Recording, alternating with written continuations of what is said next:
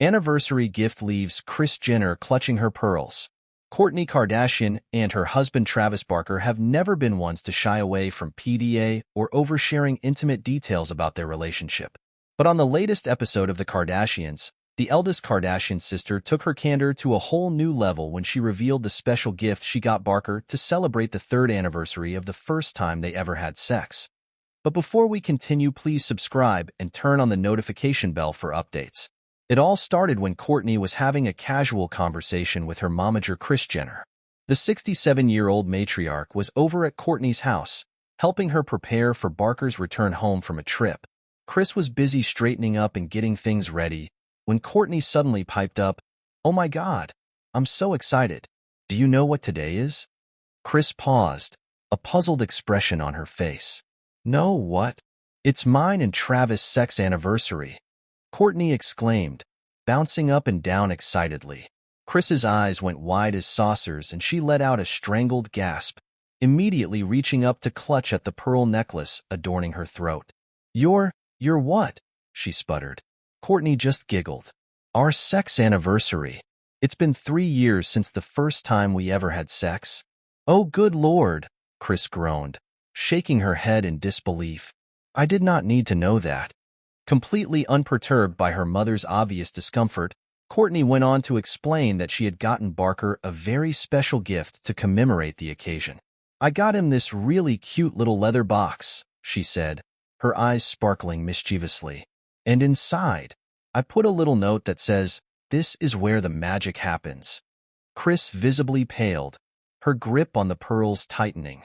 "Kourtney, I really don't think I need to hear any more about this," she pleaded.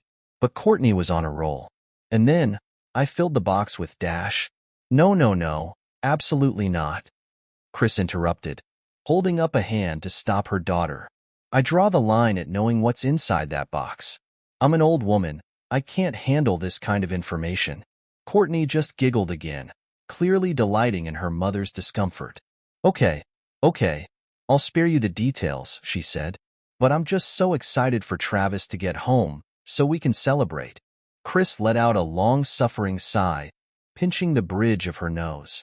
"Yes, well, in the meantime, I'll be over here, praying that my water doesn't break before he arrives," she muttered. And with good reason. As the episode went on, it became increasingly clear that Kris was not exaggerating. The poor woman was absolutely miserable, grimacing and shifting uncomfortably as she waited for Barker to return. "I feel like I'm going to give birth any second," Kris groaned at one point, her face scrunched up in pain. Kourtney, on the other hand, was the picture of giddy anticipation. She could barely sit still, constantly fidgeting and checking the time. "I just want Travis to get home so we can start celebrating," she exclaimed. Finally, after what felt like an eternity, Barker's car pulled into the driveway. Kris let out an audible sigh of relief, while Kourtney practically squealed with excitement.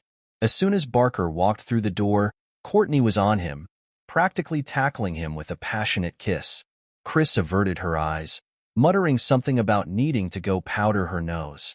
Once Kourtney and Barker finally came up for air, Kourtney presented him with the special leather box, beaming proudly. Barker's eyes lit up as he opened it, a slow grin spreading across his face. I can't wait to put this to good use," he murmured, his voice low and suggestive. Kris, who had been hovering nervously in the background, let out a strangled cry and quickly fled the room, her hands clapped firmly over her ears. "Looks like someone can't handle the heat," Kourtney teased, giggling as she watched her mother's hasty retreat. As for Barker and Kourtney, well, let's just say they wasted no time in celebrating their special anniversary. And if the muffled moans and thumps coming from the bedroom were any indication, the magic in that little leather box was about to be put to very good use indeed.